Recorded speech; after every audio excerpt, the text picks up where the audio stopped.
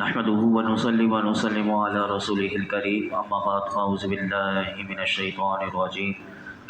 بسم الله الرحمن الرحيم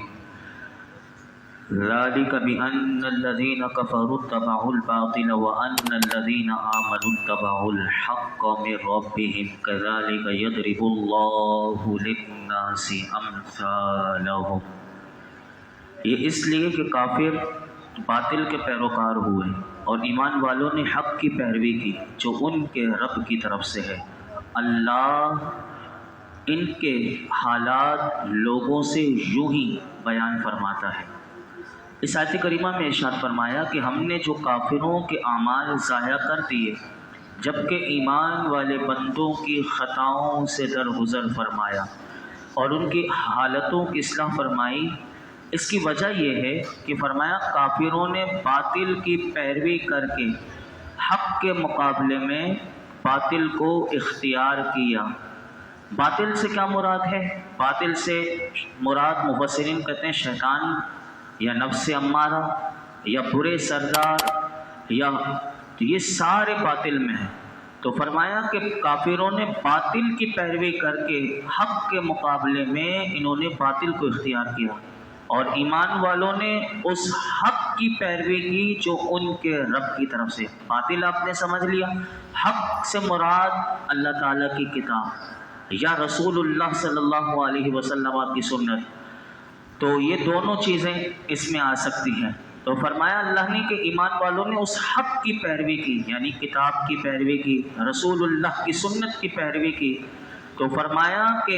اور اللہ لوگوں کے سامنے دونوں گروہ کے یعنی کافروں کے اور ایمان والوں کے حالات یوں ہی بیان فرماتا ہے کہ کافروں کے عمل ضائع ہے اور ایمانداروں کی اگر ان سے خطائیں بھی ہو جائیں، لفظشیں بھی ہو جائیں تو اللہ بخش دیتا ہے تاکہ فرمایا وہ ان سے عبرت حاصل کریں اور کفار کی خصلتوں سے بچ کر مومنین کے طریقے اختیار کریں۔ یاد رکھیے گا علماء یہ بات بھی اسی آیت کی تفسیر میں یہ بات لکھتے ہیں کہ امت کا اجماع یعنی کسی چیز پر اجماع ہے تو پوری امت کسی بات پر متفق ہے اس کو اجماع کہتے ہیں، اور اسی طرح علماء مجتہد علماء کا قیاس چونکہ سنت کے ساتھ لاحق ہے تو فرمایا یہ بھی حق میں داخل ہے، یا پھر حق سے مراد نبی کریم صلی اللہ علیہ وسلم ہے کیونکہ حضور علیہ السلام کا ہر قول ہر فعل شریف برحق ہے اور نبی اکرم صلی اللہ علیہ وسلم سے حق ایسے وابستہ ہے کہ جیسے نور سورج سے اور خوشبو پھول سے وابستہ ہے تو ایسے ہی میرے آقا سے حق ایسے ہی وابستہ ہے۔ تو یہاں پر یہی بات اللہ تعالیٰ نے ارشاد فرمائی۔ آگے سنیے، فرمایا فَإِذَا لَقِيتُمُ الَّذِينَ كَفَرُوا فَضَرْبَ الرِّقَابِ حَتَّى إِذَا أَثْخَنْتُمُوهُمْ فَشُدُّوا الْوَثَاقَ فَإِمَّا مَنًّا بَعْدُ وَإِمَّا فِدَاءً حَتَّى تَضَعَ الْحَرْبُ أَوْزَارَهَا ذلك ولو يشاء الله لانتصر منهم ولكن ليبلو بعضكم ببعض والذين قتلوا في سبيل الله فلن يضل أعمالهم سيهديهم ويصلح بالهم ويدخلهم الجنة عرفها لهم۔ تو جب کافروں سے تمہارا سامنا ہو تو گردنیں مارو یہاں تک کہ جب تم انہیں خوب قتل کر لو، قیدیوں کو مضبوطی سے باندھ دو، پھر اس کے بعد چاہے احسان کر کے چھوڑ دو یا فدیہ لے لو، یہاں تک کہ لڑائی اپنے بوجھ رکھ دے۔ حکم یہی ہے، اور اگر اللہ چاہتا تو آپ ہی ان سے بدلہ لے لیتا، مگر تمہیں قتال کا حکم دیا تاکہ تم میں سے ایک کو دوسرے کے ذریعے جانچے، اور جو اللہ کی راہ میں مارے گئے اللہ ہرگز ان کا عمل ضائع نہیں فرمائے گا۔ عن قریب اللہ انہیں راستہ دکھائے گا اور ان کے حال کی اصلاح فرمائے گا اور انہیں جنت میں داخل فرمائے گا۔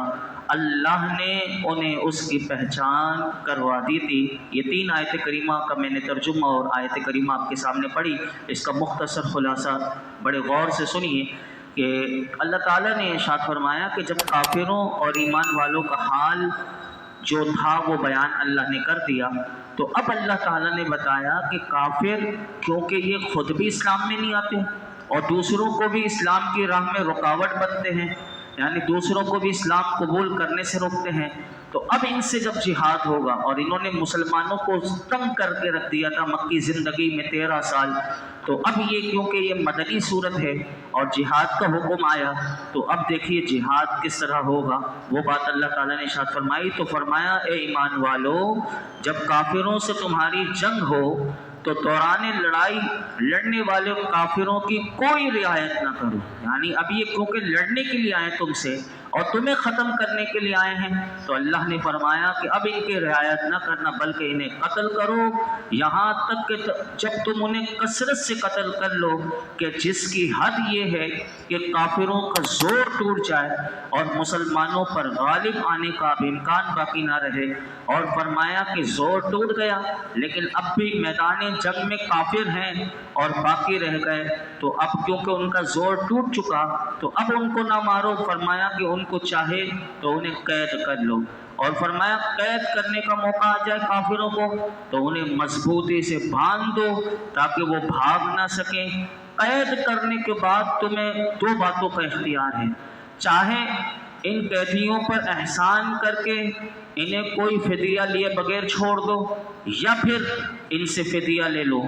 اور یہ قتل اور قید کرنے کا حکم اس وقت تک ہے کہ کافر لڑائی کرنے والے کافر اپنا اسلحہ رکھ دیں، یعنی اپنے آپ کو سرنڈر کر دیں، اس طرح جنگ ختم ہو جائے اور مشرکین مسلمانوں کی اطاعت قبول کر لیں یا پھر اسلام لے کر آ جائیں۔ فرمایا اللہ کا یہی حکم ہے۔ یہ تو پہلے جہاد کا دیا۔ اسی آیت کریمہ میں دوسری بات اب کسی کے دل میں آ سکتا تھا کہ اگر اللہ تعالیٰ خود بدلہ لے لیتا، آج بھی لوگ یعنی دیکھیے فلسطین میں جو ظلم ہو رہا ہے یا کشمیر میں اللہ خود ہی بدلہ لے لے گا، تو یہ دیکھیے مسلمانوں کی کمزوری ہے، یہ حکمرانوں کی کمزوریاں ہیں، یہ یعنی بزدل۔ اب دیکھیے اس بات کا جواب کتنا خوبصورت دیا کہ اللہ تعالیٰ نے خود بتایا اگر اللہ چاہتا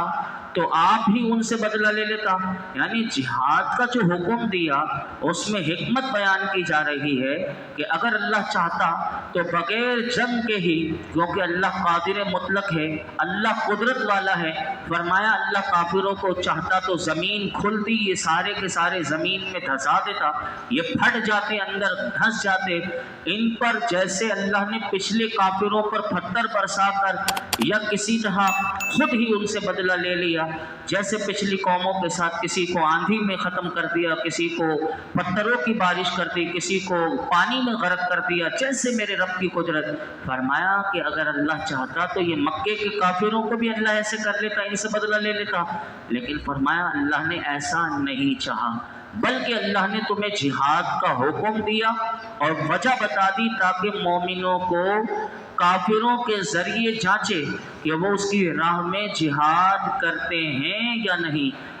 کیونکہ اگر وہ جہاد کرتے ہیں تو جہاد کرنا یہ عظیم ثواب کا باعث ہے، تو فرمایا جہاد کر کے وہ عظیم ثواب کا مستحق ہو جائیں گے، اور دوسری طرف مومنوں کے ذریعے کافروں کو جانچنے کہ وہ کیونکہ اب میدان سج چکا ہے تو اب کافروں کی بھی جانچ ہوگی، ان کی بھی یعنی ان کا بھی امتحان ہے کہ وہ اقرار کر لیں یا تو اسلام قبول کر لیں گے یا پھر وہ مارے جائیں گے۔ تو فرمایا اس میں یہ بھی حکمت ہے، اور یہ بھی حکمت ہے کہ تمہارے ہاتھوں اللہ ہی نے بتایا کہ یہ سمجھتے تھے کہ ہم ہی طاقتور ہیں، ہم ہی مسلمانوں کو مار رہے تھے 13 سال تک، یہ کچھ نہ بولے، تو اللہ فرماتا ہے کہ تمہارے ہاتھوں انہیں دنیا میں کچھ عذاب جلدی پہنچ جائے، اور ان میں سے بعض جب عذاب پہنچے تو بعض کافر جو ہے اس سے نصیحت حاصل کر کے اسلام قبول کر لیں۔ اب یہاں پر ایک بات علماء نے لکھی کہ اللہ تبارک و تعالیٰ نے یہ جو کہا کہ اللہ انہیں جانچے، اللہ ان کا امتحان لے، تو اس سے کیا مراد ہے؟ تو پہلے یہ عقیدہ بھی یاد رکھیے گا کہ اللہ رب العالمین اپنے ازلی علم سے جانتا ہے کہ کون سا مسلمان اس کی راہ میں جہاد کرے گا اور کون سا کافر اسلام قبول کرے گا۔ یہاں اللہ کے جانچنے سے ہرگز یہ مراد نہیں کہ پہلے اللہ کو معلوم نہیں تھا اب اس جانچنے کے ذریعے اللہ کو معلوم ہو تو یہ مراد ہرگز نہیں ہے، بلکہ اس جانچ سے مراد یہ ہے کہ اللہ تعالیٰ لوگوں کے ساتھ ایسا ہی معاملہ فرماتا ہے۔ اب دیکھیے اسکول میں پورا سال بچے پڑھتے ہیں، لیکن ہر ٹیچر کو پتا ہے کہ کون پڑھنے والا ہے، لیکن پھر بھی امتحان ہوتا ہے، امتحان کے ذریعے بتایا جاتا ہے کہ دیکھو، تو فرمایا جیسے امتحان لینے والا آزمانے والا کرتا ہے، تو اللہ رب العالمین کا جانچنا کا مراد یہ ہے تاکہ فرشتوں کو پتہ چل جائے، کیونکہ جب اللہ نے کہا تھا کہ میں مخلوق بنانے والا ہوں انسان، تو انہوں نے کہا تھا جب ہم ہیں تو یہ انسان تو خون خرابہ کرے گی، تو اللہ تبارک و تعالیٰ فرشتوں کو تاکہ پتہ چل جائے کہ دیکھو کہ یہ میرے کیسے جنہوں نے میری راہ کے لیے اپنی جان کے بھی نذرانے پیش کر دیے، تاکہ فرشتوں کو بھی پتہ چل جائے اور جن و انسان کے سامنے بھی معاملہ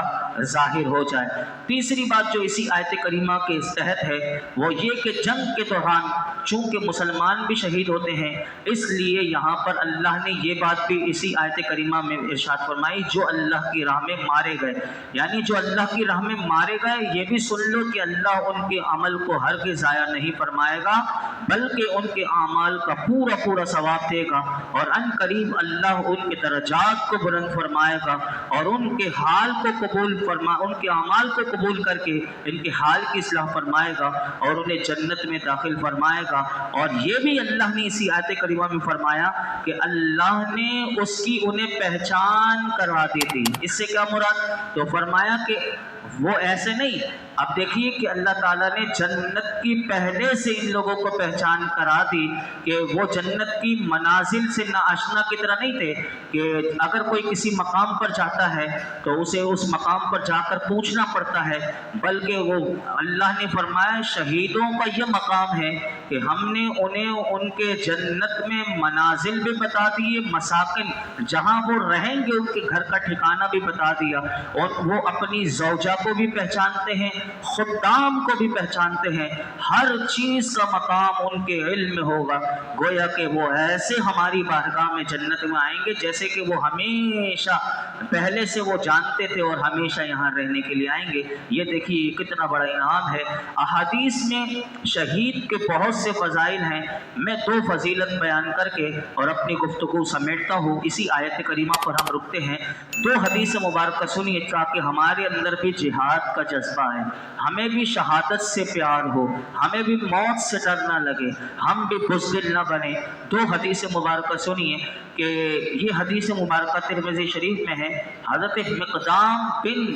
معدی کرب رضی اللہ تعالی عنہ روایت کرتے ہیں کہ رسول اللہ صلی اللہ علیہ وسلم نے ارشاد فرمایا، اللہ کی بارگاہ میں شہید کی 6 خصلتیں یعنی 6 درجے ہیں، 6 گریڈ شہید کے ہیں۔ نمبر 1، پہلی ہی دفعہ اسے بخش دیا جاتا ہے، یہ پہلا درجہ ہے، جب وہ اللہ کی راہ میں مارا گیا یہ پہلا درجہ۔ نمبر 2، اسے جنت میں ٹھکانہ دکھا دیا جاتا ہے، وہ یہاں کٹ رہا ہوتا ہے، اللہ اسے جنت میں ٹھکانہ دکھا رہا۔ نمبر 2، اسے قبر کے عذاب سے امان دی جاتی ہے اور وہ بڑی گھبراہٹ سے امن میں رہے گا۔ نمبر 4، شہید کا چوتھا درجہ یہ ہے کہ اس کے سر پر عزت کا تاج رکھا جائے گا، کہ وہ جو تاج ہوگا میرے آقا فرماتے ہیں اس میں جو ایک یاقوت جو ہے نا، وہ یاقوت دنیا کی تمام چیزوں سے بہتر ہوگا، یعنی ایک یاقوت کا حضور نے بتایا، اب اس تاج میں کتنے یاقوت، کتنے ہیرے جواہرات، وہ کتنا قیمتی، دنیا کا سارا مال و متاع بھی اس کے برابر نہیں ہو سکتا، فرمایا وہ عزتوں کا تاج اللہ اس کے سر پر رکھے گا۔ اور نمبر 5، 72 حوروں سے اس شہید کا نکاح کیا جائے گا، 72 حوریں اللہ اس کے نکاح میں دے گا۔ اور نمبر 6، فرمایا کہ اس شہید کو یہ بھی مقام ملے گا کہ اللہ اس کو شفاعت کا درجہ دے گا، یعنی وہ شفاعت بھی کرے گا، اور کتنے لوگوں کی؟ فرمایا 70 قریبی رشتہ داروں کی وہ شفاعت کرے گا، یعنی ایک حافظ قرآن اگر بعمل ہو تو وہ 10 لوگوں کی، لیکن شہید کا دیکھیے کتنا بڑا مقام کہ وہ 70 لوگوں قریبی رشتہ داروں کی شفاعت کرے گا، اور اس کی شفاعت میرے آقا فرماتے ہیں قبول کی جائے گی۔ یہ 6 درجے۔ دوسری حدیث سنیے، حضرت قیس بن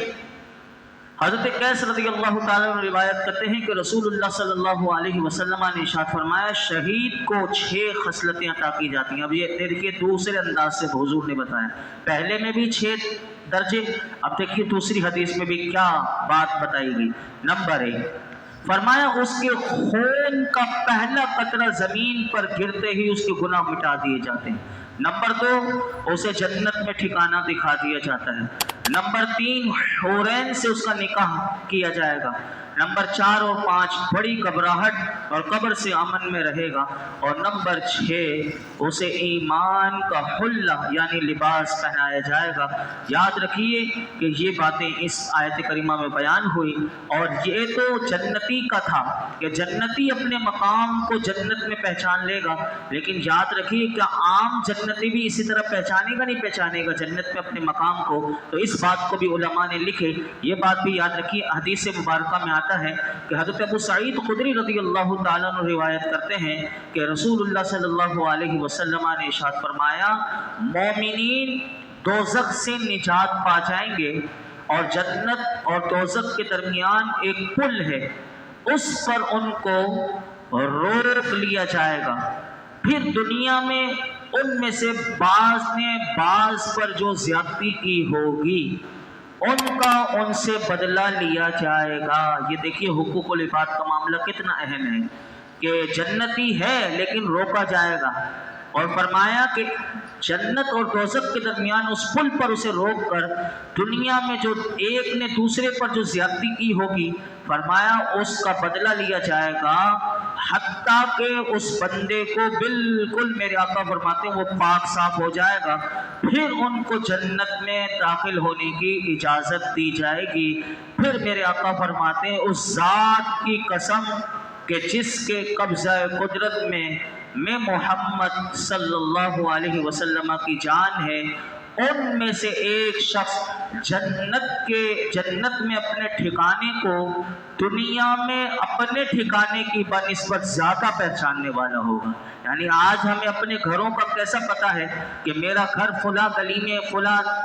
بلڈنگ میں فلاں مقام میرا گھر ہے، لیکن کیسے اپنے گھر کا ٹھکانہ پتہ ہوتا ہے؟ لیکن میرے آقا فرماتے ہیں جنتی کو اللہ تبارک و تعالیٰ یہ علم عطا فرمائے گا کہ وہ جنت میں اپنے ٹھکانے کو دنیا کے ٹھکانے سے بنسبت زیادہ پہچانتا ہوگا، اور بالکل اس کو اللہ علم عطا فرمائے گا۔ تو اللہ رب العالمین ہم سب کو قرآن سے الفت و محبت عطا فرمائے، اور اپنی راہ میں وہ جہاد کا جذبہ بھی عطا فرمائے، شہادت کا وہ جذبہ بھی اللہ ہمیں عطا فرمائے، ہر قسم کی بزدلی سے ہمیں بچائے۔ موت تو آنی ہے، لیکن موت سے اللہ ہمیں جو ڈر لگتا ہے یہ ڈر ہمارے دلوں سے جب مسلمانوں کے دل سے نکل جائے گا تو پھر انشاءاللہ امن ہی امن، سکون ہی سکون ہوگا۔ اللہ رب العالمین فلسطین کی سرزمین پر وہ مائیں جو بچے جنم دے رہی ہیں وہ کیسے شہیدوں کے بچے اور 75 کئی بچوں کو آگ میں جلا رہے ہیں، وہ جلات کے بچے، وہ ظالم جہاں بچے ہوتے ہیں ایک ساتھ بچوں کو کبھی جلا دیتے ہیں، لیکن ان ماؤں کو سلام ہے کہ پھر وہ بچے اللہ اور تعداد بڑھ جاتی ہے، اور وہ بچے پیدا ہوتے ہی ان کو شہادت کا وہ سبق پڑھا دیا جاتا ہے۔ اور کیسی مائیں ہیں وہ عظیم فلسطین کی سرزمین پر، اگر ان کے بارے میں آپ پڑھیں اور سنیں تو اللہ اکبر، ہمیں تو کوئی تکلیف نہیں، لیکن وہ کیا ان ماؤں کا بھی اللہ جو شہید ہو گئے ان کے درجات کو بلندی عطا فرمائے، اور ظالموں سے اللہ فلسطین کی سرزمین کو پاک فرمائے۔ الحمدللہ رب العالمین، والصلاة والسلام على سید الانبیاء والمرسلین وعلى آلہ واصحابہ اجمعین۔ یا اللہ پاک جو کچھ سنا اس میں کوئی غلطی کوتاہی معاف فرما، اپنی بارگاہ میں قبول فرما یا رب العالمین، یا ارحم الراحمین۔ ہمارے تمام صغیر کبیر گناہ معاف فرما یا رب العالمین، ہمارے ماں باپ کی ساری امت مسلمہ کی بے حساب مغفرت فرما یا رب العالمین۔ ہمارے اندر سے بزدلی دور فرما، جہاد سے محبت عطا فرما، مولائی کریم شوق شہادت نصیب فرما یا رب العالمین۔ ہمارے اندر سے ساری خرابیاں برائیاں دور کر دے، قرآن کا نور اور اس کا فیضان عطا فرما یا رب العالمین۔ عالم اسلام کی خیر فرما، کل جہاں کے مسلمانوں کی خیر فرما، بالخصوص فلسطین، کشمیر، دنیا بھر کے جہاں جہاں مسلمان یا اللہ ظالموں کے شکنجے میں جکڑے ہوئے ہیں یا اللہ ہر قسم کے ظالموں سے نجات دے دے، یا اللہ مسلمانوں پر، حضور کی امت پر رحم و کرم نازل فرما، یا اللہ ہمارے اوپر بھی جتنے ظالم بھیڑیے مسلط ہیں، اللہ قرآن کا واسطہ اپنے محبوب کا صدقہ ہر قسم کے ظالموں سے ہمیں نجات دے دے، نجات دے دے، اس ملک کو ناپاک لوگوں سے پاک کر دے۔ وصلی اللہ علیہ وسلم محمد وعلی آلہ وصحبہ۔